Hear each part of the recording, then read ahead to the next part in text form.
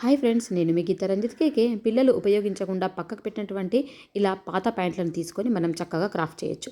ఒక గిన్నె పెట్టుకొని దానికి రౌండ్గా ఉండేలాగా మనం మార్కింగ్ చేసుకొని ఇలా 2 రౌండ్లను కట్ చేసుకోవాలి.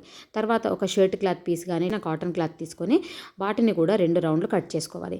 ఇప్పుడు కింది వైపు కట్ చేసినటువంటి కాటన్ క్లాత్ తర్వాత పాత ప్యాంట్ పీసులను రెండింటిని పెట్టుకొని దానిపైన మళ్ళీ షర్ట్ పీస్ను పెట్టుకోవాలి. ఇలా చక్కగా సెట్ చేసుకొని మిషన్ మీద నేను చూపిస్తున్న విధంగా మీరు స్టిచ్చింగ్ చేయండి. ఇలా కుట్టడం వల్ల డిజైన్ అనేది మనకు అందంగా కనిపిస్తుంది.